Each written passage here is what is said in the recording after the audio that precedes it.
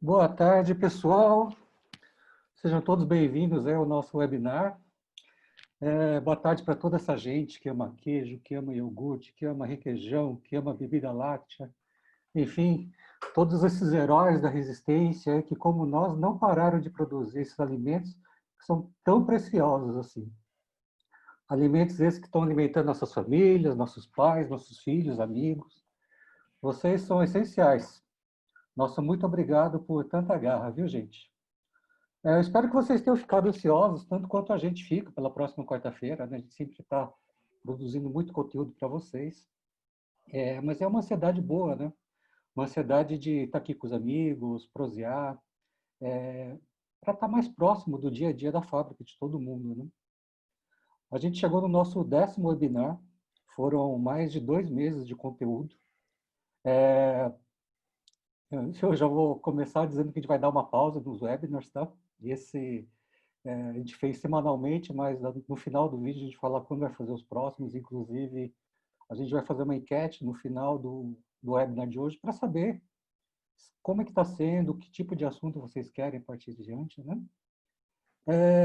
E mais uma vez agradecer assim que essas milhares de velhos e novos amigos que estão aqui com a gente, do Brasil e afora, de tantos professores, alunos que estão participando, mandando perguntas para a gente. E para nós é sempre um prazer compartilhar todo esse conhecimento que a gente tem com vocês, porque a gente está aprendendo muito com vocês também. A gente realmente espera que essa pequena ação de estar aqui com vocês seja transformadora, porque a gente acredita que grandes mudanças elas acontecem a partir de pequenos detalhes mesmo. Bom, gente, então eu vou chamar aqui o pessoal para a gente começar. Rômulo, a gente vai estar com o Rômulo Manuli, vai estar com o Alejandro Saraiva e com o Marcos Vinícius hoje, tá? Então a gente vai começar a primeira rodada de perguntas aí com o Rômulo. Vamos lá, Rômulo? Vamos lá aqui. Primeiramente, boa tarde a todos. Sejam todos muito bem-vindos. Nossos amigos aí que estão acompanhando com a gente aí toda semana, né? Graças a Deus, novamente, aí um grande número de inscritos, uma participação muito boa aí de nossos clientes e amigos. Sejam todos muito bem-vindos. Marcão, tudo pronto aí? Podemos começar? Tudo certinho? Positivo e operante. Sem sumiço breve hoje, viu, Romo? Se Deus quiser, vai correr tudo bem. Vai sim. Vamos lá, Marcão. Primeira pergunta já bastante interessante. Existe alguma cultura mais voltada para a massa de requeijão? Pois sabemos que na fundição a vácuo perdemos alguns aromas e sabores. Certo. Ok. Rômulo, falar primeiramente, eu queria dar boa tarde a todos, né, igual que falou, a todos os companheiros e heróis aí da resistência. E deixar meu abraço singelo a todos aí, né? E falar para vocês que novamente é um prazer poder estar continuando a falar sobre uma das minhas várias paixões que eu tenho, né? E a gente poder estar trocando conhecimento. Tivemos bastante perguntas na semana passada que a gente vai estar procurando responder todas de uma forma bem contemplativa. E comentando que algumas a gente uniu com outras que eram parecidas, então tem pessoas aí que podem perceber que vai ver que tem pedaço de uma pergunta dele junto com a outra, para que nós consigamos absorver, né, e detalhar o maior número de problemas e de questões, né? Então, eu agradeço a participação de vocês dois. Não precisa nem pedir para vocês, né? Se eu resolver dar um sumiço, né? Tem gente que comentou que eu fui acometido por alguns problemas, né? Mas não foi, não foram problemas comigo, foram problemas operacionais da máquina, né? Que fique bem claro para o Julinho da aviação, deixar o meu abraço aqui para ele, que fique bem claro para ele, não foi problema com o Marcon, foi problema com o computador, tá bom, Julinho? E eu nem preciso pedir. Se eu cair, vocês segurem a audiência e terminam aí com o povo até eu voltar. Beleza? Rômulo, respondendo sua pergunta lá a respeito das culturas, falar propriamente dito que existe uma cultura específica, eu acho que a gente estaria segmentando muito vamos dizer assim, direcionando muito. Eu acho que vai depender muito da fábrica, né? Vai depender muito do seu processo, mas por experiência própria, eu acho que até da nossa própria equipe, a gente sabe que a gente já trabalhou com culturas mistas, culturas, né? Culturas únicas, né? Cepas únicas. E o que acontece? A gente vê que os melhores resultados são quando a gente trabalha com a mescla de mesófilos e termófilos, porque a gente consegue dar uma segurada nessa maturação dessa massa, a gente consegue uma proteólise menor, né? E, consequentemente, também ajuda um pouco na formação de sabor e aroma. Voltando, se a gente partir de uma cultura mesofílica aromática, todos nós sabemos que são culturas que têm muita formação de sabor e aroma, né? Mas, ao mesmo tempo, devido à característica, né, de desenvolvimento dos micro-organismos, nós sabemos que, ao decorrer dos dias que a massa tiver submetida ao acondicionamento para ser usada, ela vai sofrer uma proteólise, ela vai sofrer uma alteração de sabor, e isso, dependendo do período que você usa, pode ser não tão benéfico assim. Então, hoje, tem se trabalhado muito com culturas mistas, né? Onde a gente procura sempre estar colocando junto com um pouco de lactobacilos, um pouco de termófilos, ou que seja até mesmo helvéticos, né?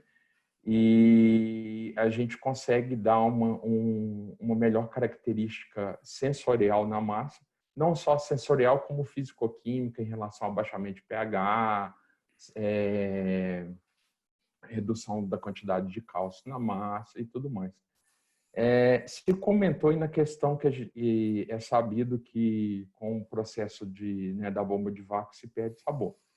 É interessante se comentar que perde sim um pouco desse sabor, mas não o total, que muitos dos compostos formados, né, eles vão estar presentes na massa e vão estar presentes no produto.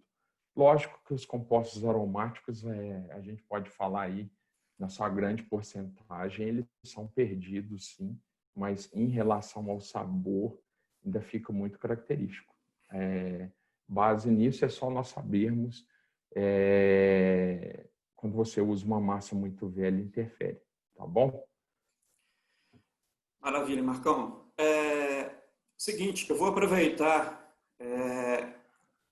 essa pergunta e eu mesmo vou te fazer uma outra pergunta relacionada, que é uma questão que a gente vê muito aí nas fábricas. Muitas empresas, elas aproveitam a própria massa de mussarela, né, e tiram um pouco dessa massa para a fabricação de requeijão. E muitas vezes essas são massas, né, que são preparadas para filagem no dia seguinte, com fermentos com alta concentração de lactobacilos helvéticos. O que você acha? Qual que é a sua opinião dessa massa para fabricação de requeijão cremoso? Você acha que ao longo do shelf life tem algum risco de ter um sabor um pouco mais forte? O que você pensa a esse respeito, Marcos? Ô, Rômulo, eu já usei bastante massa com helvéticos, né? Particularmente, Rômulo, voltando a dizer, vai depender muito da característica do seu produto final. Eu falar assim, não dá para utilizar, eu vou estar condenando, às vezes, até algum processo que a gente pode verificar que algum dos nossos clientes ou parceiros trabalha. Eu, particularmente, não vejo problema em usar essa massa ainda quando ela ainda está ali entre os seus 3, 4 dias de produção. O meu ponto de vista sobre essa pergunta que você fez seria esse. Eu não vejo problema em usar a massa quando ela está bem nova, mas ao decorrer do tempo, principalmente na característica do helvético, todos nós sabemos que ele é um fermento muito proteolítico, né, e bem acidificante. A gente tem que tomar cuidado, principalmente numa palavrinha que você falou, requeijão cremoso. E a gente sabe que se o pH dessa massa estiver muito baixo, você vai ter que usar uma dosagem de corretor muito grande, né? Além de você ter a tendência de um produto tendendo num pH mais baixo, né? E aí você corre toda aquela teoria da cremificação que foi comentada na webinar passada. Eu não sei como é que estão as perguntas aí no total, mas eu creio que a gente deve ter que vir falar alguma coisa de cremificação. Você corre o risco de começar uma indução de cremificação. Então, recapitulando, não vejo problema em usar se a massa estiver nova, principalmente para requeijão cremoso, né? É muito legal para se você usar massa de 2, 3 dias, uns 4 dias no máximo, e você vai ter um excelente abaixamento de pH, você vai ter um excelente sequestro de cálcio, né? Então, você vai ter uma massa aí com uma boa capacidade de fusão, né? E isso daí é o que todos nós buscamos lá na beirada do tacho. Ok? Muito bom, Marcão. Obrigado aí pela explicação, tá? Vamos lá para a segunda questão. Segunda pergunta. O teor de gordura da massa ácida também é em torno de 20 a 25%? O que fazer com esse soro ácido oriundo da massa ácida? E aí, a terceira pergunta dentro da mesma, né? Qual o tempo de maturação dessas massas? Aí comparando a maturação da massa ácida com a massa enzimática. Certo. Temos que lembrar bem, e aí eu gostaria de fazer observação para quem fez essa pergunta, que geralmente assim, é praticamente meio que difícil, né? A gente trabalhar com massa oriunda de coagulação ácida, você trabalhar com uma massa com gordura, né? Porque nesse caso a gente, né, aprendeu lá na nossa época de escola que a gente precisa fazer com leite desnatado, que são duas diferenças básicas, né? A massa ácida você vai trabalhar com a ligação iônica, que é uma ligação mais fraca, né? É uma ligação feita em cima da base de neutralização de cargas, por isso as ligações feitas elas são frágeis, diferente de uma enzimática onde você trabalha com compartilhamento de elétrons e é uma ligação covalente. Então, Rômulo, trabalhar com gordura para essas massas é difícil porque você vai ter uma dificuldade de coagulação, né, do processo de separação de soro, e você tende a ter, à medida que você for agitando a massa, o retorno da própria massa na forma de leite, que você não consegue expulsar esse soro, né? Então, a minha resposta seria o teor de gordura para essa massa não pode ser de 20% a 25%. A gente vai ter níveis de gordura aí bem baixos, próximos aí a 2%, no máximo estourando aí 3% de gordura, porque você tem que trabalhar com leite totalmente desnatado para que você consiga ter uma boa expulsão do soro, consiga ter um bom rendimento da massa, né, trazendo em linguagem de beirada de tanque, para que seu soro fique verde, né, para que você tenha total, né, precipitação tanto das proteínas quanto das soroproteínas. E a gente sabe que quando você deixa passar um pouquinho de gordura no leite utilizado, seja para uma coagulação ácida promovida por ação do fermento ou pelo ácido lático, você tem essa dificuldade de fazer essa separação. Já na enzimática, não, você pode trabalhar. Perguntou aí do soro, né? Da massa. O que vai fazer com esse soro? Né? Antigamente se falava de usar isso para alimentação animal, né? E aí o pessoal pode até rir um pouquinho, que eu vou trazer alguns exemplos. Eu acho que a gente já discutiu no passado que existem alguns locais que usavam isso aí para alimentação animal, só que tem que se tomar cuidado, né? Eu já ouvi relatos de gente que tratava de vaca, tratava de porco, e em vaca eles estavam tendo problema até de queda de dente por causa da acidez do soro. Então, o soro ácido hoje ele é um elemento, vamos dizer assim, ele é um efluente gerado de alto poder de, não falo de destruição, mas que eu falo contaminante, porque não há o que se fazer com soro ácido, né? Então, nesse caso, por isso que muitas das fábricas e muitos dos clientes que a gente visita e de parceiros nossos de negócio, a gente vê que a gente sabe de todas as vantagens de formação de sabor, de característica de massa, formação de fio no requeijão, né? Textura, todos nós aprendemos, né? E já vivenciamos isso. Mas o pessoal que começa a produzir um volume já demasiadamente alto, o pessoal faz essa migração para o processo enzimático, já com base no reaproveitamento de soro. O soro, hoje, todos nós sabemos, é um subproduto de altíssimo valor na indústria láctea, né? E teve uma outra parte que você falou de maturação, não foi? Está perguntando qual o tempo de maturação. Obrigado aí pelo relembre. Vai depender muito de cada indústria, Romulo, porque são massas, né? A massa de coagulação ácida são massas de alta umidade, né? Então, ela tem um poder de proteólise bem maior, ela tem um pH mais baixo, a gente precisa tomar muito cuidado, principalmente devido a ela ter uma alta umidade e um pH mais baixo. Se ela não for muito bem acondicionada, né, a gente sabe que você pode ter o ataque, você pode ter a contaminação por mofo e leveduras, e isso vai descaracterizar por completo, você não pode usar, né? E você vai ter principalmente uma alteração de sabor muito rápido. Sabemos que em requeijão culinário você mistura isso com creme, né? Coloca um pouco de sal, que aí já vai funcionar como um conservante, e você vai submeter isso daí a algum tempo aí de maturação. Existem locais aí de 1 semana, 2 semanas, mas aí é um perfil totalmente diferente de massa.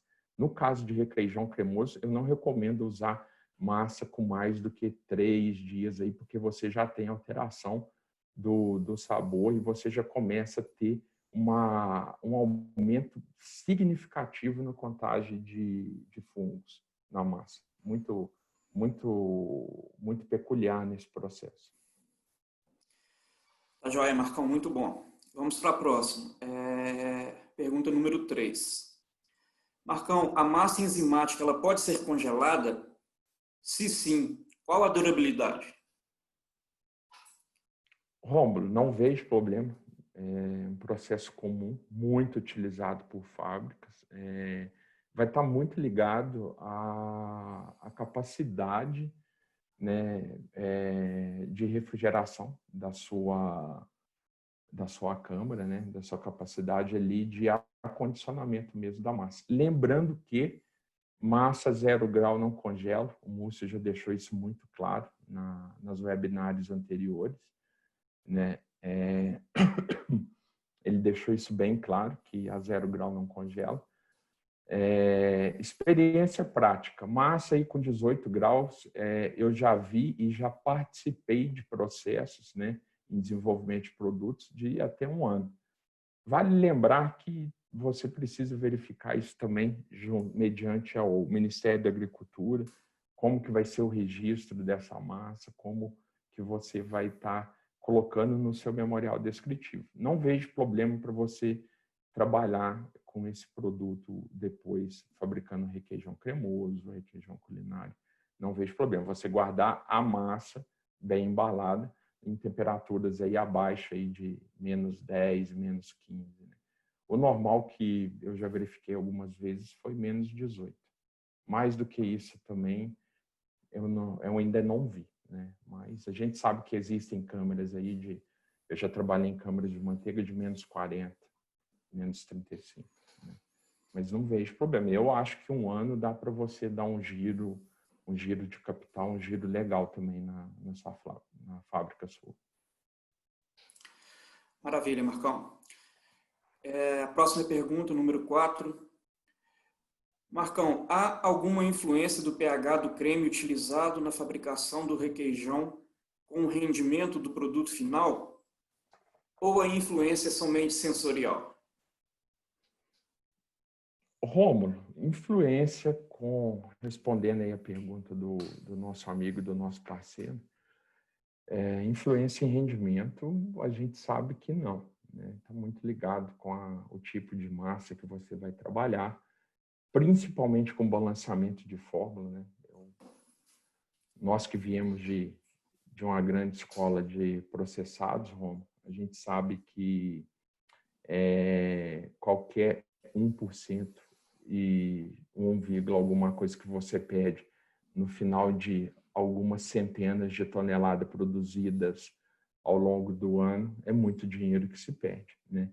Então, isso está muito ligado no rendimento teórico, né? No rendimento industrial. Só que a gente há de lembrar que o pH ele é fundamental, principalmente, né? Eu comentei bastante na webinar anterior, na influência sensorial do produto, né? A gente sabe que o pH, como na fabricação de queijos e na fabricação de fermentados, eu falo que nós, técnicos em laticínio, o pH é fundamental na nossa vida, desde o momento que a gente começa a aprender lá com a Daniele, com o Luiz Carlos e com o pH, a medir o pH foi uma das coisas mais importantes que a gente aprendeu, porque o pH ele define hoje uma série de coisas para nós aí em questão de desenvolvimento. E no caso de requeijão, de queijos processados ou queijos cremosos, a gente sabe que o pH ele vai influenciar muito na textura e em consistência, né? Haja visto que para se ter uma boa cremificação, você precisa estar com pH um pouco mais baixo e tudo. E aí você vai incorporar mais água, vai mudar toda a característica física do seu produto. Maravilha, meu amigo. A próxima pergunta também está relacionada ao pH, tá, Marcão? Aqui a pessoa perguntou para a gente. Marcão, existe alternativa melhor do que o bicarbonato de sódio para reduzir esse pH da massa, essa acidez? O que você acha? Sim, Romulo, com certeza. A gente sabe que o bicarbonato é um sal ligeiramente alcalino, né? pH próximo de 9 ali. Ele é um excelente redutor, só que a gente precisa tomar muito cuidado porque ele é um sal de capacidade ligeiramente alcalino, mas que ele produz muita espuma quando a gente usa ele no processo, trazendo isso para o processo de fabricação, né, de produtos. Porque ele tem uma alta liberação de dióxido de carbono, né, de CO2, e isso daí gera uma quantidade de espuma monstro, né? A gente sabe que atrapalha, bomba de vácuo chega a puxar produto, você tem uma incorporação de ar altíssima, altera a densidade do seu produto. Quem que nunca teve problema quando o requeijão fica mais leve, né? E aí você tenta pôr no copinho, não cabe no copinho, transborda, não deu peso, aí não sela o copo. Aí só a gente que trabalhou na área de produção no dia a dia ali que você quer pôr, antigamente era 250, caiu para 200, agora já é 180, mas você queria socar 250 gramas ali dentro, você colocava 230, 235, o copo já estava, né? Aí você ia ver, tinha muita bolha incorporada, muito ar incorporado.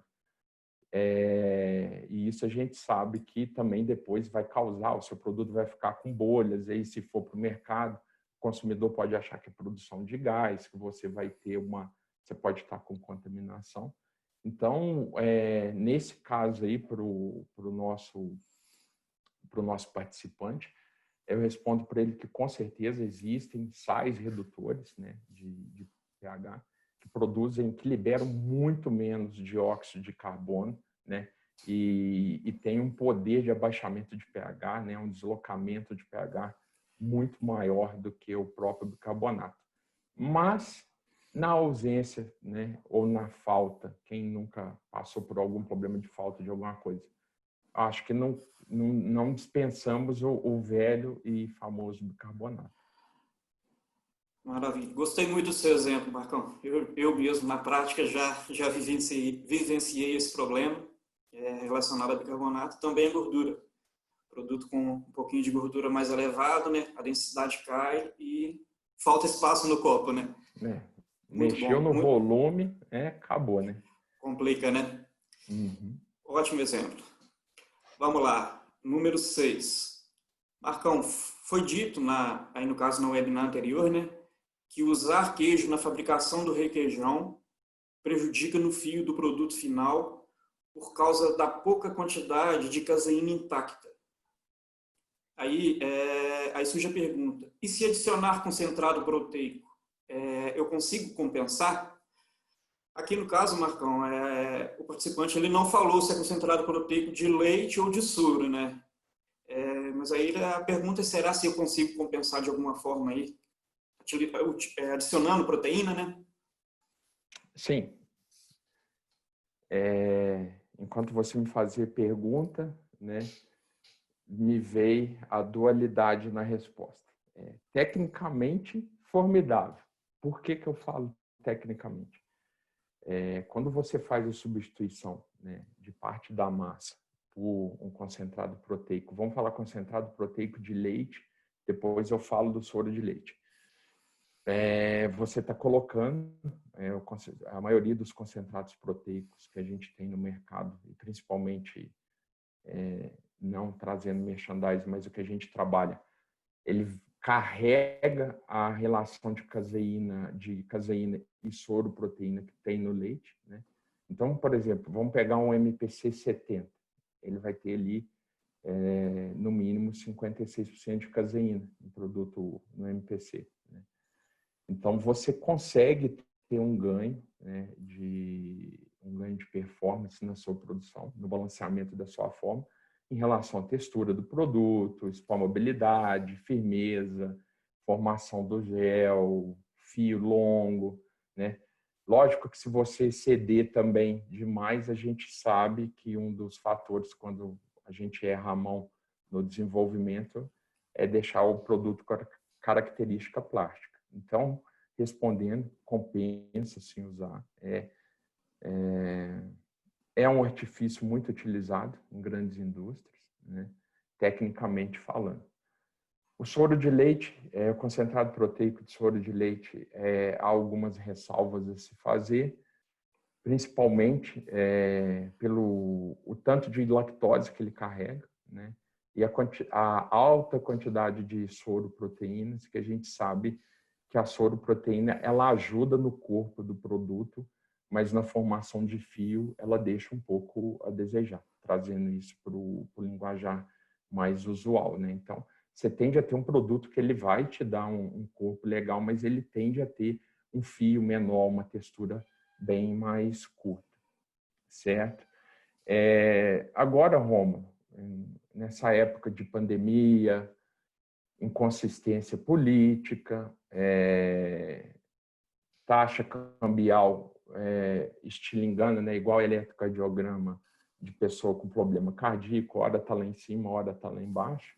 Se a gente for falar a nível econômico, existem algumas contas que a gente precisa fazer, principalmente devido à sazonalidade da nossa produção e do preço do leite, porque a gente sabe que os grandes produtores de MPC mundiais não ficam no Brasil, então a gente está trazendo esse produto de fora, é um produto dolarizado, e no momento onde você tem uma balança, uma moeda alta, né, um câmbio, uma variação cambial alta, e um preço de leite baixo, há de se fazer conta, porque em determinados períodos do ano, a proteína oriunda do leite fluido, ela se torna mais barata.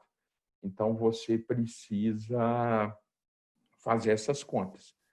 Em comparação, em outros determinados períodos do ano, a gente sabe que quando o leite está mais caro e a gente tem um dólar um pouco mais baixo, você consegue equalizar. Então, economicamente falando, é susceptível de bastante análise, né? Quem se interessar um pouco mais aí, eu acho que qualquer um de nós, devido nós trabalharmos com esses insumos, a gente consegue conversar com vocês e explicar, são contas básicas, mas Quem já produz requeijão é o valor da proteína por litro de leite ou por quilo de concentrado proteico, é uma conta do dia a dia nosso na beirada do tanque. Então, são dois viés. Não sei se eu consegui responder bem aí, eu tentei ir bem pausadamente para fazer essa dualidade da resposta, a técnica e a econômica. Não, explicou sim, Marcão, ficou muito bom. Excelente explicação, tá? Vamos para a próxima, pergunta número 7. O participante fez a seguinte pergunta, Marcão. Requeijão cremoso ou queijo fundido, com coloração marrom claro a marrom escuro. Qual a causa e como corrigir? Tá. Nós já tivemos esse problema junto, eu e você, né? Não é a música do Tim Maia, né? Você e eu. Acho que você lembra bem no passado, né? É reação de Maillard propriamente dito, né? Você tem ali aminoácido sobrando no produto, a proteína. Você tem um carboidrato redutor, seja ela lactose ou qualquer outro açúcar, e a temperatura de processo, né? E aí isso daí vai alterar sabor, vai alterar o odor e principalmente a cor. A causa, Romo, ele está perguntando qual a causa disso daí.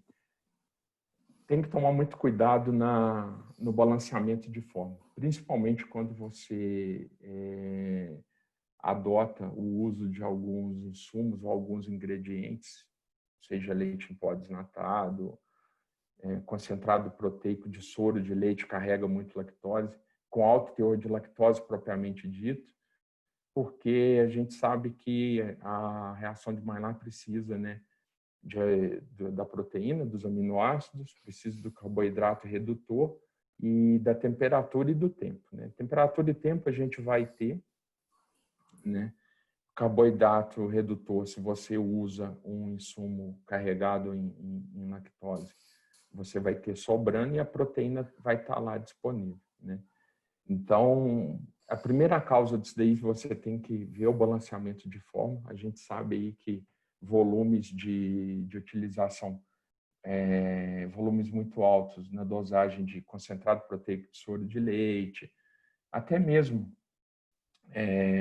de leite em pó, acarreta isso daí. Por isso, cada vez mais constante o uso de MPC, né, de concentrado proteico de leite, porque ele carrega uma quantidade de lactose bem menor, não é propaganda, é só olhar a especificação do produto, você vai ver, né? E outra causa também é na questão de resfriamento. Eu não sei se você lembra o problema que a gente teve no passado, era de resfriamento, que o produto ele demorava de 2 a 3 dias, né? Se usava uma grande quantidade de concentrado proteico de soro de leite na formulação, demorava para resfriar o produto, então a reação de Maillard ela ocorria. E eu lembro bem que a cor ficava bem característica de doce de leite, o sabor tendia a ficar um sabor de cozido, né? Daquele doce de leite meio que salgado, né? Porque requeijão leva sal, né? E o odor também muda. Então, como corrigir isso, né? Padronizando bem a sua forma, né? Verificando bem os níveis de lactose, né? Nos insumos que você está utilizando, né? E também a questão do resfriamento do produto, promovendo um bom resfriamento. Resfriamento, para mim, é uma das etapas de maior importância, seja numa fabricação de requeijão cremoso ou propriamente em outros queijos processados. Principalmente quando você se faz uso de vários insumos na sua produção. Maravilha, Marcão. Realmente, só complementando aí, naquela ocasião, né, a gente trabalhava com um bloco muito grande, um bloco de 20 a 30 quilos, né? E o resfriamento desse bloco no centro era muito deficiente, né? E aí a reação de Maillard era muito intensa. A gente só conseguimos resolver definitivamente o problema melhorando a nossa condição de frio na indústria. Eu lembro que nós fomos pegar o meio do pallet lá, estava quente ainda. Exatamente. Muito bem lembrado, Marcão.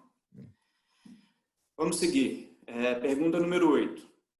o que pode levar ao aparecimento de grumos no produto final? São várias razões, eu vou elencando e discutindo, né? Não vou conseguir falar todas, porque senão a gente vai abrir o webinar aí por muito tempo. E eu vejo que a gente tem, acredito eu que a gente tenha bastante, eu estou vendo o que há aqui piscando.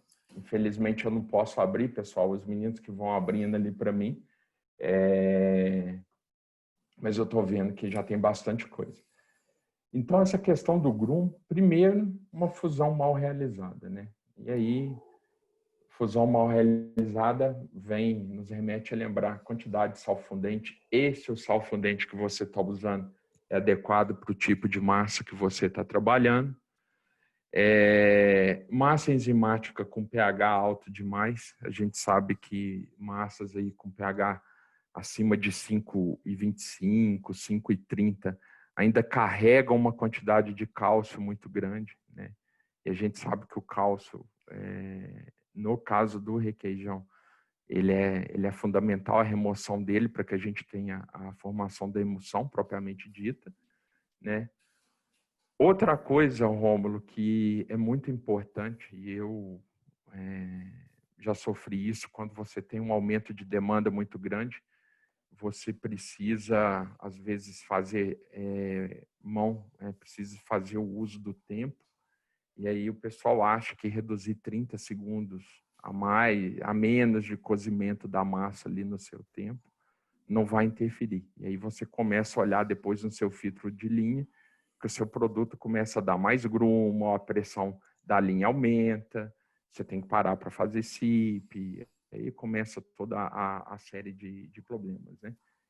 Então, essas seriam as principais, mas a gente sabe que quando você faz uso de massa enzimática também, se você não condiciona bem essas massas na caixa e essas massas ressecam aquela casca que fica ali por cima, amarelada, a fusão naquilo dali, naquele pedaço de massa é mais dificultada, né, devido a ter pouca água livre ali. Então, a gente sabe que dá isso. Quando você usa em queijos processados, né, ou principalmente queijos fundidos, que você faz de uso de queijos, né, principalmente nesse período agora, que você vai trabalhar com produção de fundia, onde você vai usar gruyère, vai fazer o uso de outros tipos de queijo. Se você não cascar o queijo, aquela casca que tá que vai ali, aquele pedacinho ali, ela complica para você fazer a fusão dela, né? E baixo teor de gordura na massa também. Se você tiver uma massa enzimática e com baixo teor de gordura, a gente ainda brinca, né? Fala que a massa está bem vidrificada. E aí você precisa submeter ela a um tempo mais longo de fusão, né?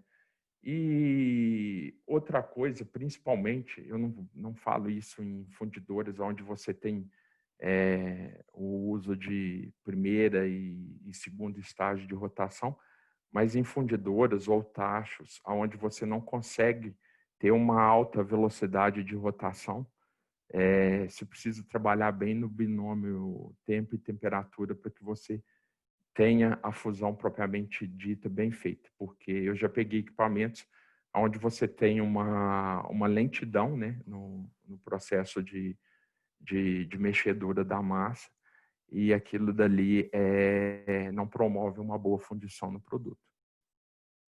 Seria basicamente esses daí, o Romulo, que eu venho a lembrar aqui agora, que eu consegui elencar aqui na minha massa cefálica agora. Tá ótimo, Marcão. Já foram vários exemplos, acredito que todos também. Acho que não, na minha memória também não veio nenhum além desses, não. Tá ótimo, maravilha. Vamos seguir em frente. Pergunta número 9. Boa tarde. Tenho produção de requeijão cremoso, utilizo amido modificado, gordura vegetal, aromas e outros ingredientes. Durante a produção, nos primeiros dias de armazenamento, o produto se mantém liso, cremoso. Porém, após uma semana, ele fica rugoso ao retirar da embalagem, parecendo uma gelatina. Essa característica de gelatina é devido à utilização desse amido? O que você diz, Marcão? Rômulo, usar um pouco do que o Múcio usou comigo quando eu estava do outro lado e do seu lado. Faltou um pouco mais de informações na pergunta, né? Eu vou responder com a experiência, eu vou tentar trazer isso para a minha vida de beirada de tacho, né, e de beirada de panela. É que quando você dispõe de mais informações, você consegue ser mais detalhista e cirúrgico, né? No meu ponto de vista, o amido ele pode carregar essa característica, sim, porque a gente sabe que o amido, né, a gente faz o uso do amido em queijos processados e requeijões para substituir sólidos lácteos por sólidos não lácteos, né, e para você ter uma capacidade de absorção de água livre no produto, né, impactando diretamente na textura, consistência, né, do produto, que aí vai alterar a espalmabilidade e tudo. E nós sabemos, Romulo, que ao longo dos dias o amido ele vai se ligando na água livre que você tem no produto, né? A reação começa ali na hora que abre a cadeia, né? Que você aquece acima dos 85 a 90 graus, né? E dependendo do tipo do amido ali, essa ligação ainda continua ocorrendo. E existem casos aí de eu já verificar que gelifica o produto. Para essa pessoa que fez a pergunta, fica a minha dica, né, diante das informações que ele colocou. Atentar bem para o tipo de amido que ele está usando, né? A gente sabe que sempre veio a dúvida, né? E o Alejandro, que já trabalhou também na área de aditivos e com amido e tudo, o Alejandro ainda gostava de dar aula para a gente, que amido é quando é aéreo, né? Depois ainda vou perguntar para ele. E fécula é quando é raiz, né? Então, depois eu vou perguntar que ele me dava as aulas, eu nunca sabia. Eu falava, para mim tudo é amido. Ele falava, não, amido é de milho e fécula é de mandioca, entendeu? Depois eu tiro a casquinha dele, né? Então é de se falar da formação. A gente tem produtos que formam cadeia longa e formam cadeia curta, tá? A gente sabe que a fécula, tá, Alejandro? Fécula de mandioca, a gente tem uma formação de cadeia um pouco mais curta. Então, a minha resposta para essa pessoa, volta com o seu fornecedor de amido, vê que tipo de amido, se é amido ou fécula que você trabalha, vê a formação da cadeia, se ele é capaz de formar cadeia longa, não. Que hoje, nessa área de amido aí, tem uma infinidade, né? Tem amido que é para produtos cremosos, tem amido para molho, você tem amido para produto que vai ter refusão, tem amido de tudo quanto é tipo. Mas respondendo a pergunta dessa pessoa, pode ter base, sim, no amido que ele está usando e no tipo do amido, esse problema. Tá? Falta um pouco mais de informação para a gente falar, para mim falar com 100% de certeza aqui. Tá? Então, por isso que eu não estou condenando o uso do amido nessa formulação, mas eu estou falando que ele pode dar esse problema, sim. Maravilha, Marcão. Vamos para a próxima, pergunta número 10. Uma pergunta, diga-se é uma pergunta muito interessante. Nós sempre somos consultados em relação a isso. Certamente você irá tirar dúvidas de muita gente aí. Tem uma dúvida. Se é possível fazer requeijão culinário sem adição de amido no equipamento porquinho, utilizando injeção direta de vapor. O que você acha, Marcão? Vocês estão me apertando, né? Sem me abraçar. Tá todo mundo de longe me apertando, né? Não vou entrar em detalhes na questão de equipamento, não é o caso nosso. Eu respeito todo e qualquer equipamento, né?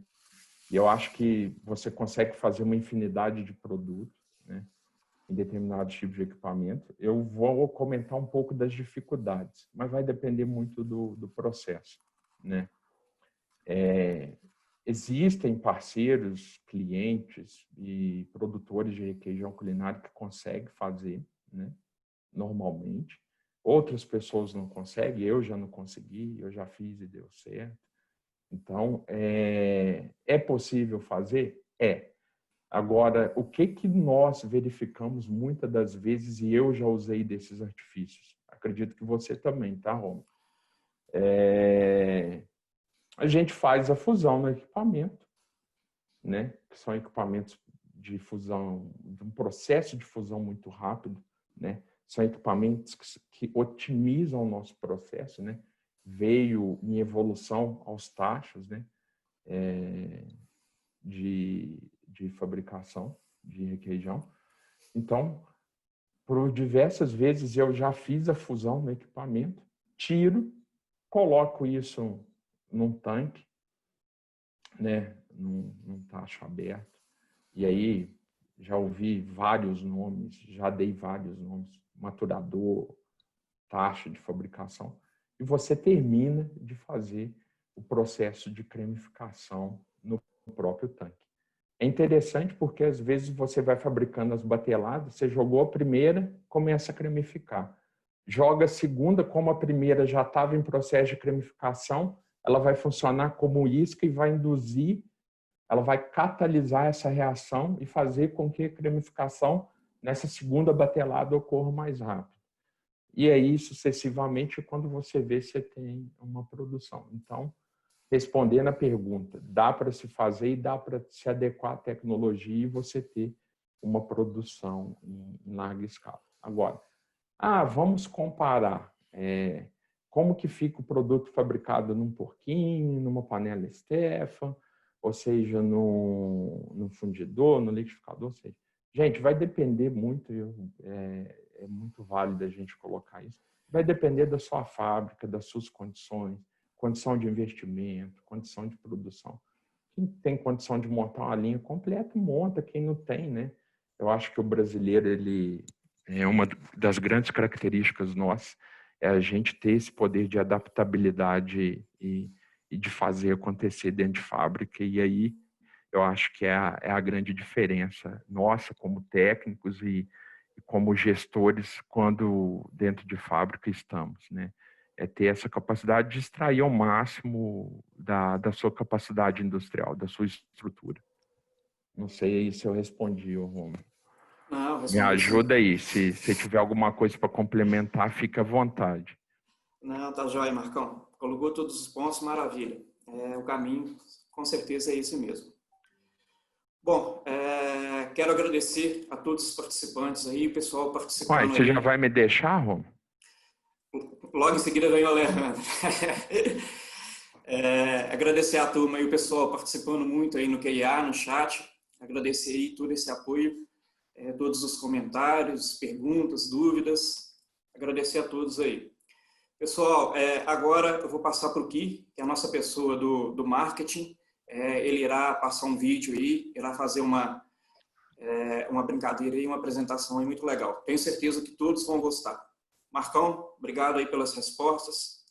E daqui a pouco, logo em seguida, tem mais. O Alejandro está chegando aí também. Tá joia? Rômulo, eu tô com bastante saudade. E aí, quem sabe faz ao vivo. E você sabe que eu tô com saudade de você. Vai meu abraço aí, viu? Valeu, Marcão. Um abração para você também. Obrigado. Ki, contigo aí agora, tá? Obrigado, Rômulo. É isso aí, pessoal. Marcão sempre carinhoso, independente da distância. Vamos lá. Pessoal, e aí, vocês estão gostando do webinar? Dá um sim no bate-papo, se vocês tá interessante o conteúdo, se a gente deve manter isso aqui ou não, tá? O que a gente vai mostrar agora? Umas semanas atrás, a gente pediu para nossos clientes, nossos amigos aí, enviarem um vídeo para a gente esticando a mussarela. E esse vídeo a gente preparou as melhores partes aqui, a gente vai mostrar para vocês, tá? Então, só um minutinho que eu vou compartilhar a tela aqui. Então, vamos lá, vou dar o play aqui, tá?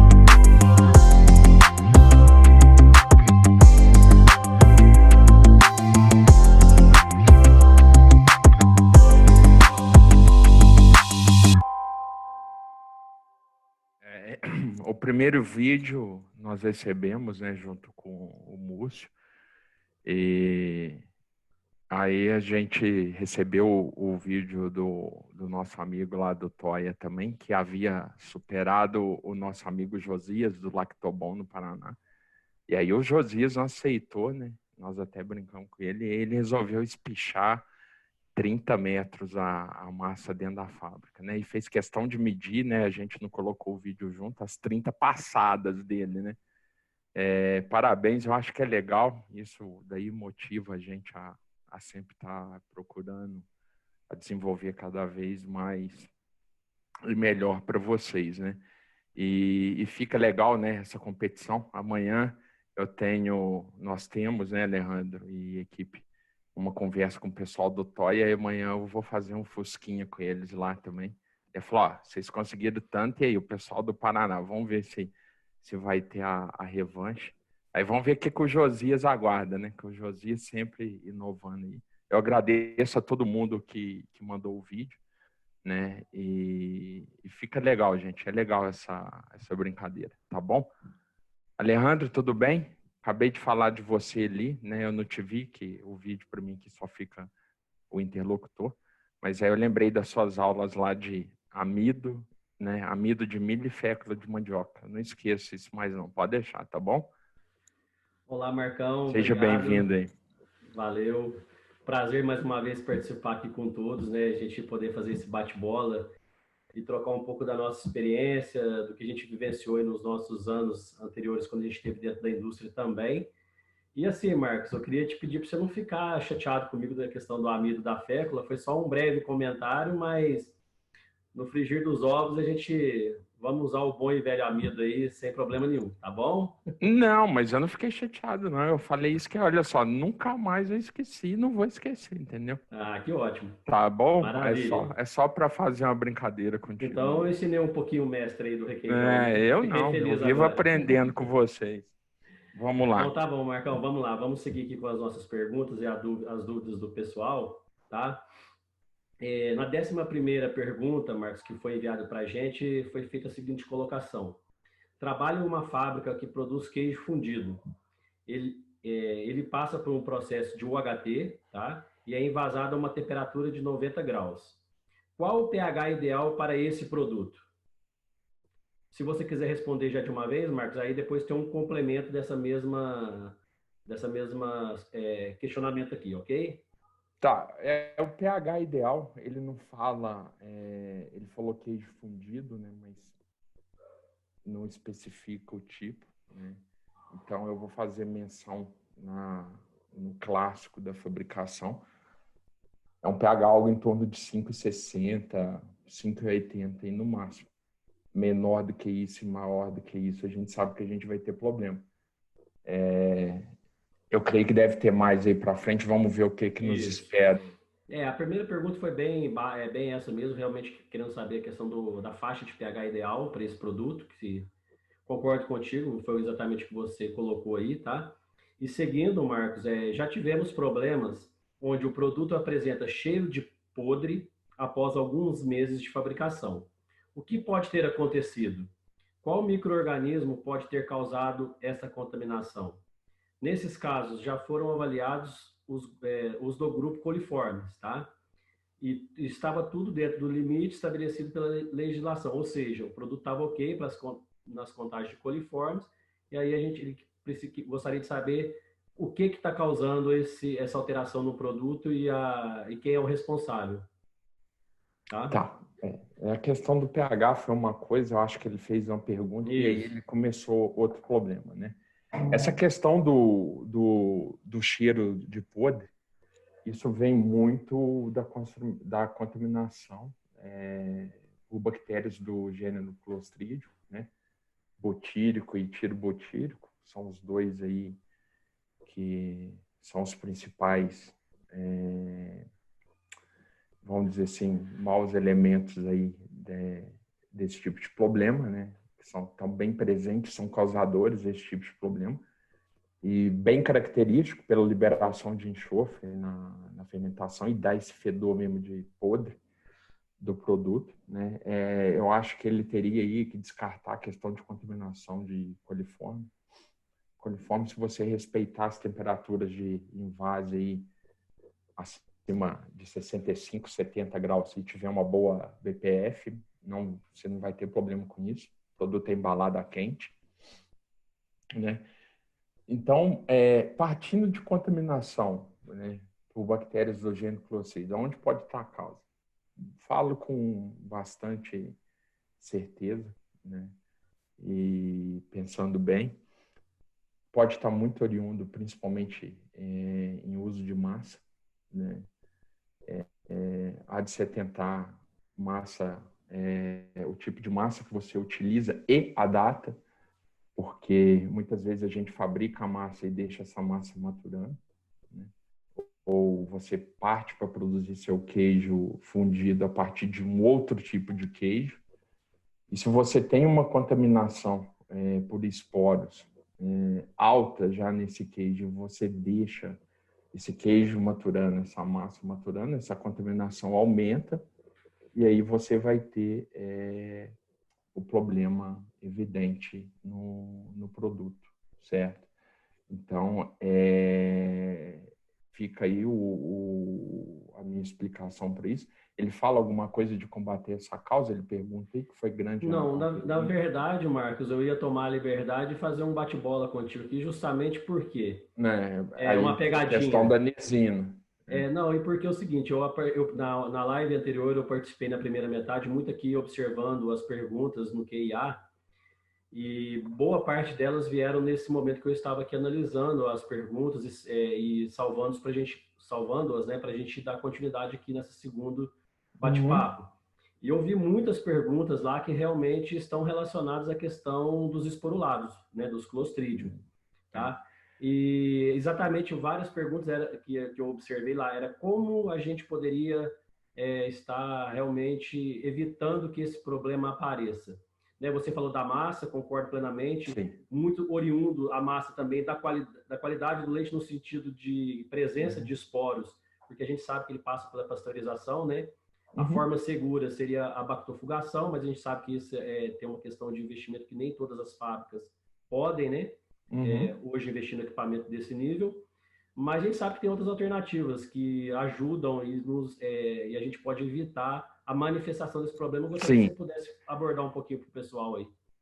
Por isso que eu te perguntei da questão do uso da nisina, que é amplamente utilizada praticamente por quase todo mundo que produz queijo processado, requeijão, né? Queijos cremosos, vamos dizer assim, e processados.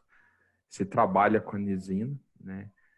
É amplamente utilizada, aí eu digo, certamente, erroneamente utilizada. E quando a gente começa a nossa vida profissional, você fica muito... E hoje, como eu estou do outro lado, que ajuda a desenvolver, né, produto e ajuda a desenvolver a solução em alguns casos, né, a gente vê que a nisina, você tem indicação desde 25 até 500 ppm por fabricante. Interessante colocar isso, porque vai depender muito, né, de uma coisa que as pessoas não levam em consideração. Não estou falando isso, é uma característica nossa não ficar fazendo muito, eu também não vou citar nome comercial de produto, mas é uma coisa que a gente tem que tomar muito cuidado, que eu já tive problemas já no taxa, que é ver a concentração de UI por miligrama de produto. Porque hoje, no passado, quando eram poucos produtores, se tentava manter uma igualdade. Eu falo no passado, quando eu converso com pessoas mais velhas, existiam poucos produtores, e aí praticamente todos eles trabalhavam com a mesma quantidade de UI por miligrama, né? Só que com o advento de produção chinesa, de produção no mundo afora, hoje nós sabemos disso, eu já compartilhei até com vocês na Fermentec, nós compartilhamos. A gente tem nisinas de mercado aí que vai desde 600 UI, 760, 1000 e alguma coisa, né? Então, falar para vocês, sim, Alejandro, falar para vocês, tá? Né? Eu estou fazendo esse bate-bola com a Alejandro, mas falar para vocês. vamos usar uma dosagem. Eu acho que vai depender muito do tipo de produto que você está comprando, do tipo de produto, da concentração enzimática, vamos dizer assim, concentração, né? A força UI da enzima que você está, da nisina que você está trabalhando, né? Normalmente aí o uso vai de 50 até 200 ppm, tá? Já peguei pessoas que trabalham com 200. E aí, Alejandro, vai o famoso, eu sempre gostei muito de fazer isso dentro de fábrica, que é o famoso teste. Eu não pago para ver, nunca gostei, né, de fazer isso. Mas aí vai o teste. Você usa 200 ppm, reduz, vai reduzindo, vai fazendo os ensaios laboratoriais. Lógico que você não vai pôr em risco produções de toneladas, mas eu gostaria de fazer menção desse uso e de comentar um pouco mais, que é uma coisa que eu já senti bem na pele, e como a gente trabalha com esse tipo de produto, a gente, vamos dizer assim, conversa, discute um pouco mais, né? Vamos dizer assim, é o dia a dia nosso, a gente trabalha muito em cima disso, né? O porquê de uma diferença, às vezes, de preço, o porquê de uma diferença, por que se usa tão pouco, não me usa tanto em outra. E aí a gente começa a entender o porquê de algumas coisas acontecem. Eu não vou detalhar muito, que eu creio que a gente já está caminhando aí já para mais da metade. Eu não estou vendo o horário, que eu só estou vendo você e os balãozinhos piscando, né? A gente tem aqui 20 minutos de bate-papo, Marcão. Então nós vamos ter que andar um E pouquinho assim, mais. gostaria até dessa questão da dosagem, né? A possibilidade de uso é bastante grande, a gente sempre tem que estar colocando para os nossos parceiros aí, amigos e clientes, que existe uma legislação, né? Então a gente também tem um limite máximo por quilo de Sim. produto de nisina presente, tá? Uhum. Mas beleza, Marcos. Seguindo, o Marcão, a 12ª pergunta, no aspecto microbiológico, quais micro-organismos são críticos para o requeijão, independente da legislação? Tá. No meu ponto de vista, o Leandro,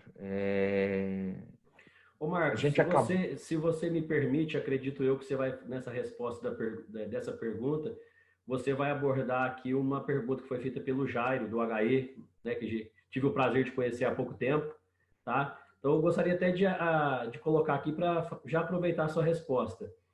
Ele pergunta aqui, o Marcos, qual a temperatura de invase, né, e que tempo e quantos graus é o ideal para o armazenamento na câmara fria, tá?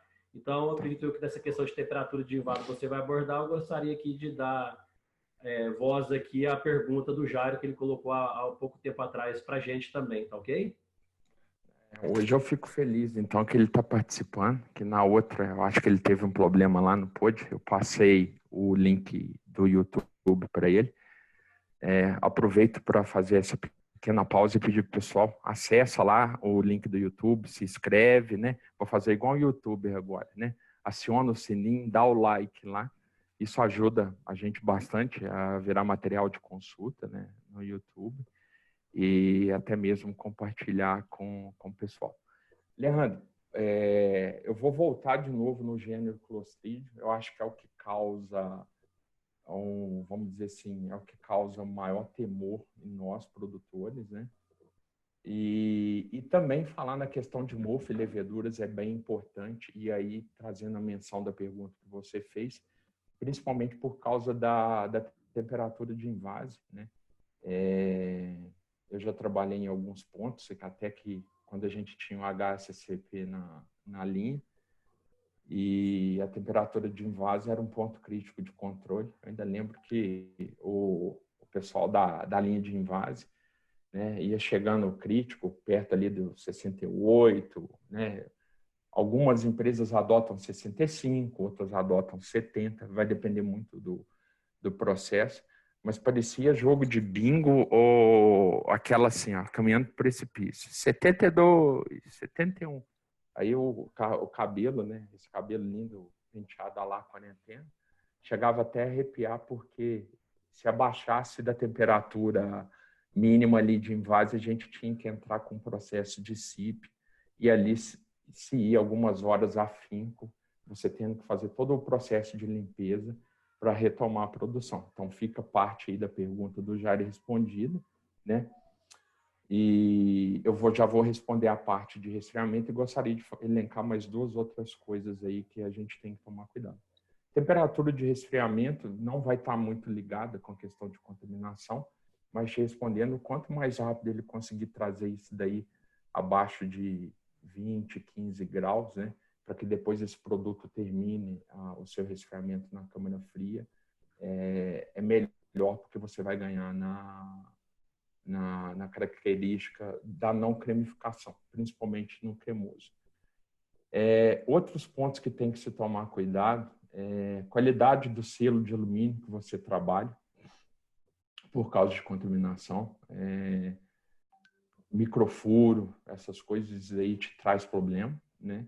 E a questão de acondicionamento de material de embalagem, né? Como que você condiciona isso? Porque a gente sabe que às vezes você não consegue utilizar todo o copo da produção. Então, abriu aquela caixa, sobrou um pouco, como que é feito o recondicionamento daquilo? Segue um processo ou você toca a produção até terminar e terminou aquilo dali, depois você guarda aquele produto fundido para utilizar num outro tipo de queijo? Tem que se tomar cuidado, porque eu já peguei problemas em algumas fábricas que a contaminação dava em parte do lote e você ia ver, era na parte de material de embalagem, que às vezes foi mal acondicionado. Perfeito, Marcos. Eu acrescento aqui, até para uma vivência prática minha também, muitas das vezes a gente não... A questão até no momento da máquina no selar, fazer a selagem, né, do selo no copo. Se a gente não estiver muito atento ali e ficar alguma falha, realmente a gente vai ter um problema lá na frente na questão microbiológica, no que tange ali um desenvolvimento de mofo, né, principalmente devido a essa troca de oxigênio com o ambiente. Né? Uhum. Mas beleza, uma ótima resposta aí. Seguindo, Marcos, a 13ª pergunta: quais os principais problemas que levam ao requeijão ficar muito fluido? Tá, fluidez excessiva no produto. Isso. Massa velha demais, né? A gente pegar aí pouca caseína intacta, então você não tem uma formação de uma textura desejável. Tempo de fusão, às vezes, baixo demais, então não dá tempo de você ter a fusão propriamente dita, aí você vai ter uma série de outros problemas, e como a gente está apertado de tempo, eu não vou entrar, mas depois fica aí para a gente discutir um pouco mais, se o pessoal quiser. Uma coisa que a gente tem que ter bastante, a gente tem que, vamos dizer assim, ficar com bastante cuidado na hora de se produzir ou desenvolver, é a questão da padronização da sua formulação, né? Tomar o cuidado para não se trabalhar com limites muito baixos de extrato seco desengordurado, porque você não consegue formar uma estrutura que dê corpo, né, e textura no seu produto, né? Dependendo do tipo de equipamento, tomar cuidado com aquela massa que fica aderida nas paredes do equipamento dela retornar no eixo concêntrico, você conseguir ter a fusão propriamente dita, porque senão aquela massa que ficou aderida ali é proteína que ficou aderida. Ela vai fazer falta em algum momento, em alguma hora do seu processo, né? E por último, Alejandro, como já comentei no início da webinar, pH muito acima de 6, aí você tende a ter um produto ralo, não só ralo também, o sabor não vai ficar muito agradável, por causa, você vai começar a ter a formação de reação de saponificação. Você tem gordura, você tem proteína, você tem temperatura, você tem agitação, então vai isso daí. Perfeito, Marcos. Complementando aqui, no meu período também de fábrica, acho que super importante a gente comentar, a gente já brincou no início em relação ao amido, né? A questão quando se utiliza amidos em alguns produtos processados, a observância com relação se aquele amido ele atende aquele produto, e principalmente a questão do excesso de cisalhamento, né, de agressão física no amido, a gente pode desestabilizar, quebrar a cadeia, e lá na frente a gente tem um produto também com uma maior fluidez do que o desejado, né? Eu já senti isso na pele, tá? Então, por isso que me veio à memória aqui. A gente vai resgatando o nosso passado aí na indústria e que nos ensina bastante também, né, no dia a dia. E eu gostaria de fazer a menção, não fiz com o Romo, mas eu tenho certeza que ele está assistindo a gente. Eu não falo dividir a cadeira, aí ele apareceu aqui para mim. Dividir a cadeira com você e com o Romo é um prazer. Eu sinto-me honrado em ter e fazer parte de vocês, da equipe. Então, continue contribuindo os dois aí. É muito legal trabalhar com esse time, né? Eu faço o elenco dos dois aqui, mas a outra galera também a gente vai ter oportunidade. E obrigado aí. E pode continuar complementando, que era isso mesmo que eu tinha pedido para vocês, e ficou muito claro e evidente que vocês têm um conhecimento enorme também, e agradeço vocês por compartilhar com todos. Vamos lá. Nós que agradecemos aí, viu, Marcos, a confiança, e acredito que o bate-bola, assim, ele fica muito mais produtivo também, né? E com certeza os meninos, daqui a pouco o restante da equipe vai estar fazendo parte conosco aí nas próximas lives e vão enriquecer muito também, né? Já fica aí para eles. Eles estão achando que é só a gente que fica aqui no fogo. Bom, vamos lá, Marcos, que o nosso tempo que a gente tem agora 11 minutos, né, para o encerramento. A 14ª pergunta vem o seguinte, Marcos. Fabrico queijo processado sabor cheddar para fatiar em panela fechada. As fatias estão quebrando facilmente e ocorre também uma aglomeração dessas fatias alguns dias após o fatiamento. Umidade e gordura estão bem padronizados e utilizo o fundente C. Qual será a provável causa do problema? Esse foi legal, gostei do problema, especificou bem, né? Ele não cita, e aí eu gostaria de fazer menção ao pH de novo.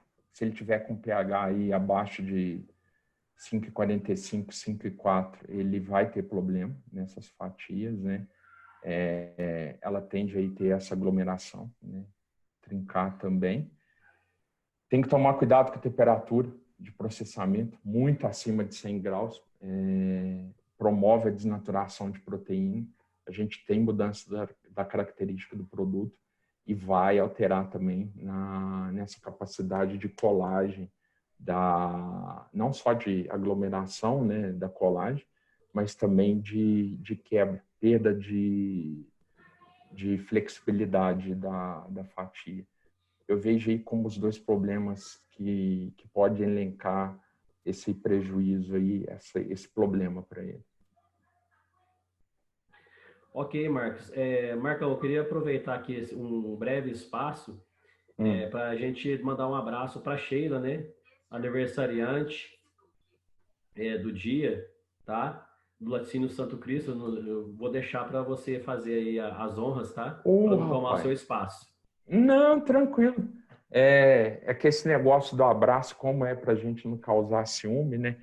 E estava tendo algumas brigas aí, mas Sheila e pessoal do Santo Cristo, meu abraço, meu beijo aí para vocês, que você tenha um dia repleto aí de felicidade e que seja muito abençoado aí em sua vida. Tudo de bom para você. Obrigado. Parabéns, Sheila. Marcão, seguindo, a 15ª pergunta tem o seguinte: fatias de queijo fundido não fundem e nem fluem quando são aquecidas. Por quê? Tá. Ela deve... Ficou claro como eu coloquei para você, Marcos, a pergunta? Tá, ele deve estar falando desses tipos de queijo processado que depois você precisa que ele esteja uma boa refusão. Creio eu que deve ser isso, né? Isso, perfeitamente. Tem que tomar cuidado com o GES desse produto. Ele pode estar com GES baixo, então ele tende a ficar com a característica de plasticidade do produto. Muito importante a gordura, você não pode ter em excesso, senão você tem separação de gordura, o produto fica pastoso demais, não vai ficar com a característica legal depois que ocorrer essa refusão, né? E também não pode faltar, que senão vai ficar o efeito borrachinha, né, no queijo. Outra coisa de se lembrar, a gente já discutiu isso muito aí no passado, em desenvolvimento de alguns produtos, é sal fundente com baixo poder de refusão. Tem que tomar muito cuidado na escolha, principalmente Ah, eu preciso de um queijo processado que fatie. Mas você quer usar essa fatia no que depois? Qual o seu uso? Então, é bem importante numa reunião de briefing você ter isso daí muito bem diagnosticado para você não errar. Porque nisso daí você tem que ter um salfundente que tenha uma boa capacidade de refusão. E aí, novamente, eu preciso me atentar a não falar muito, porque senão a gente toma tempo e a gente não consegue seguir.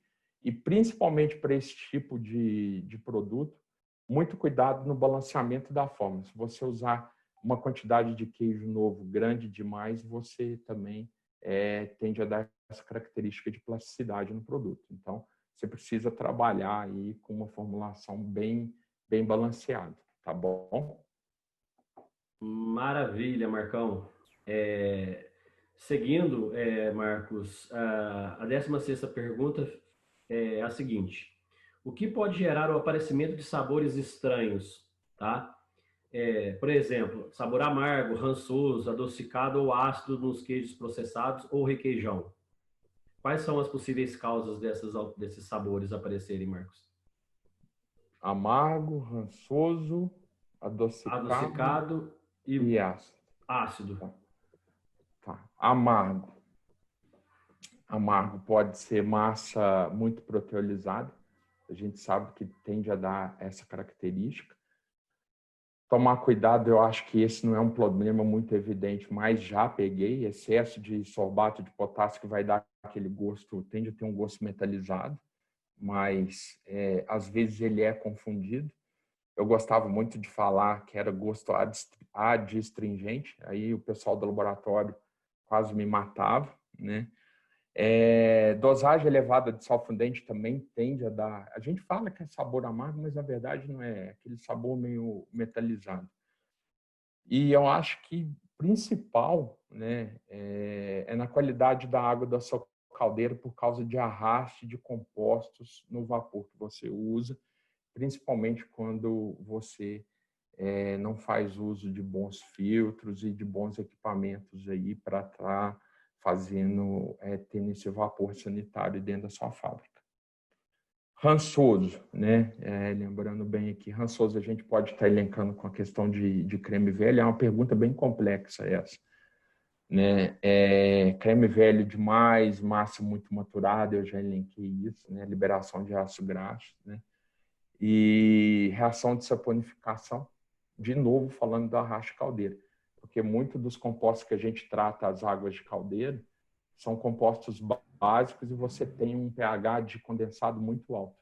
E aí você precisa tomar cuidado. Eu já tive um local logo no início da minha jornada que eles falavam que tinha um gosto estranho e ninguém conseguia dizer isso tudo. Era uma reação de saponificação que ocorria.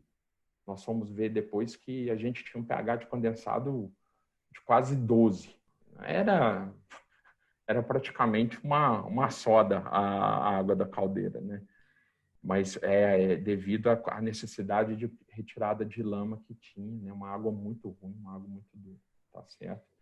O adocicado, tomar cuidado aí com formulações com muito compostos que carregam a lactose, trazendo aí de novo WPCs, leite em pó desnatado, né?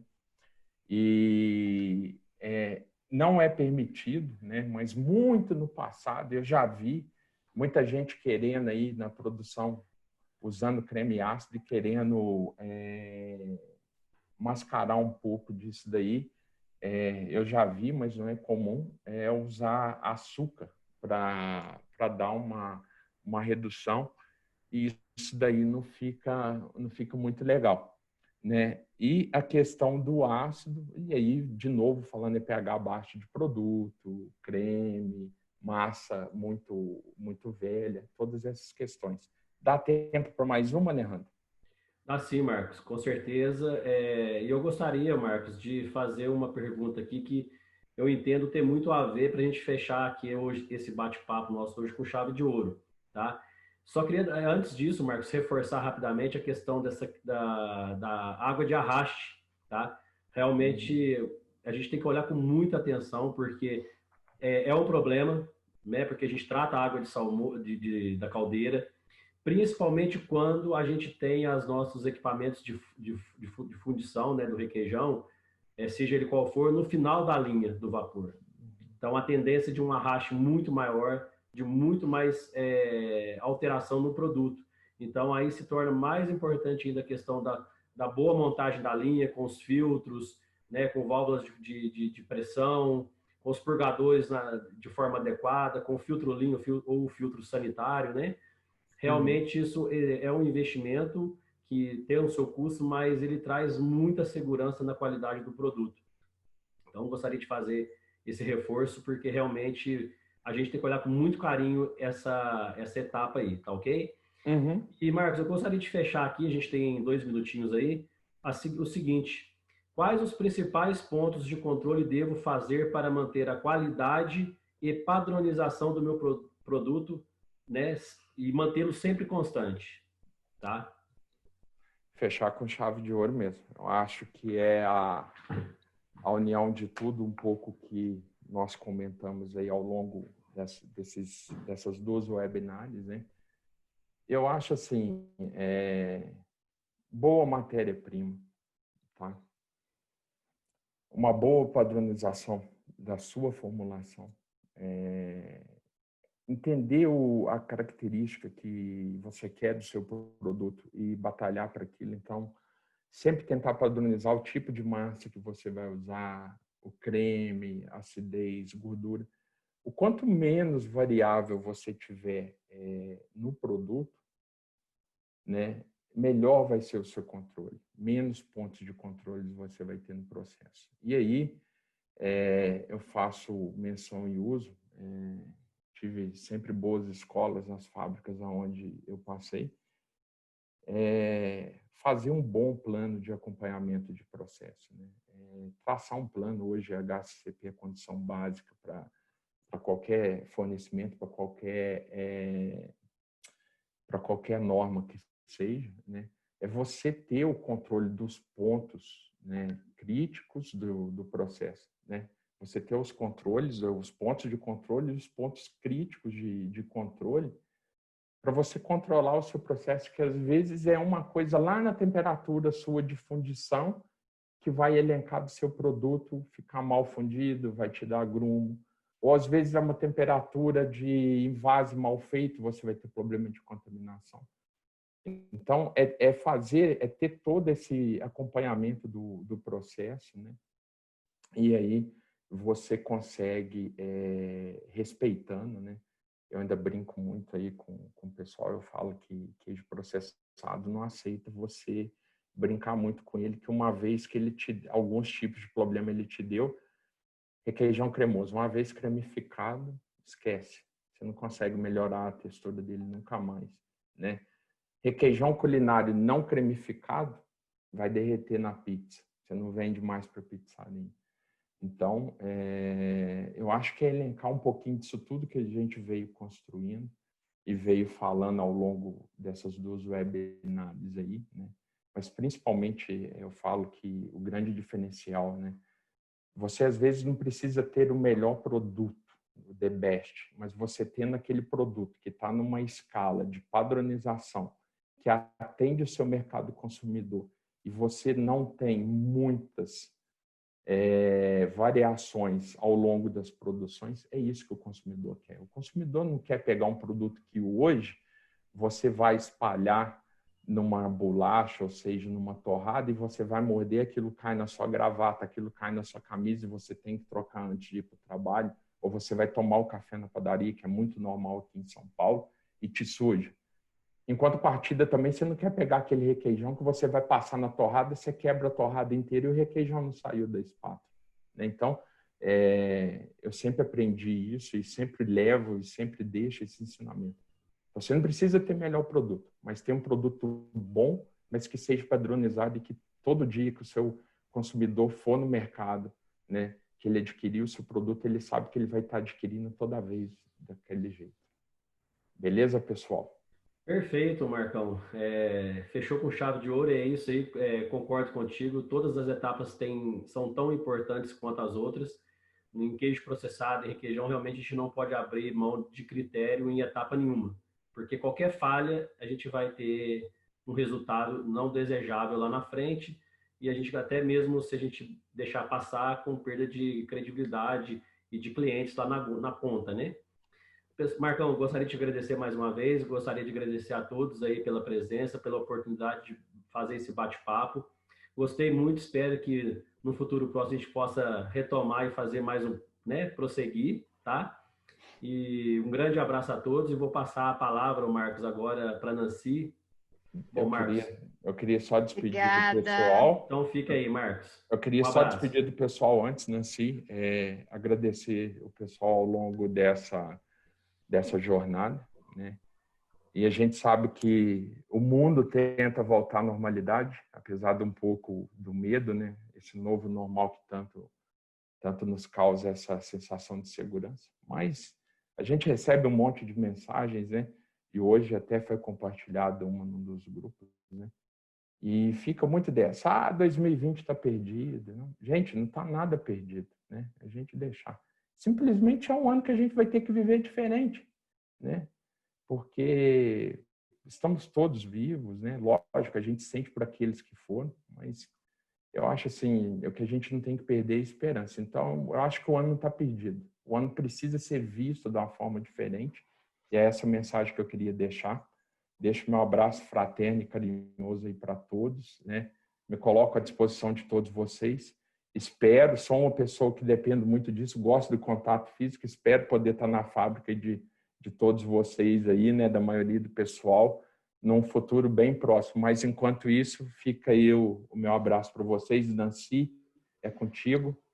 Obrigada, Marcão. Obrigada, Rômulo. Obrigada, Lê. Vocês arrasaram hoje de novo, mais uma vez. Foi muito bacana. Eu gostaria de agradecer a todo mundo que esteve aqui com a gente. Foram 10 lives, foram 10 semanas de muita alegria, de muita emoção, de muito amor e de muita energia positiva. Então, a gente vai fazer apenas uma pausa para que todos possam se recuperar um pouco, né? Porque não é fácil toda semana estar aqui conosco. Mas mandem suas sugestões, ideias, temas. A gente vai estudar com muito carinho para a gente voltar aí na semana de julho aí com algo que realmente vocês estejam participando conosco. Muito obrigada, gente, e um bom descanso para vocês. Um super beijo aí para a Sheila, aniversariante do Santo Cristo. Um beijo para a Jéssica também, que você esqueceu, Marcão, de mandar o beijo para a Jéssica também, né? Não é, Rômulo? O Rômulo repetiu umas 3 vezes e você esqueceu. Então, super Nancy, beijo aqui. O nervoso é demais e o Jolim fica... Dá um branco. O Jolim fica falando, né? O Jolim perguntou para mim se ia ser com bigodão ou sem bigodão. Hoje não tem bigodão de suor. E hoje, Marcão, nós recebemos muitas fotos de muitos gatos. Lactose realmente está apaixonado por você, da professora Neila. Lactose é caseína. Depois você dá uma olhada, o tanto de fotos e as poses com que ela mandou e as fotos, realmente, muitas fotos. O vídeo da mussarela ficou sensacional, parabéns aí, equipe de marketing, ficou muito bacana. Eu acho que a ideia é esse, né? Da gente trazer um pouco de humor, um pouco de alegria, e logo, logo a gente vai estar de volta. Muito obrigada, gente. Super beijo aí para vocês. Obrigada, equipe.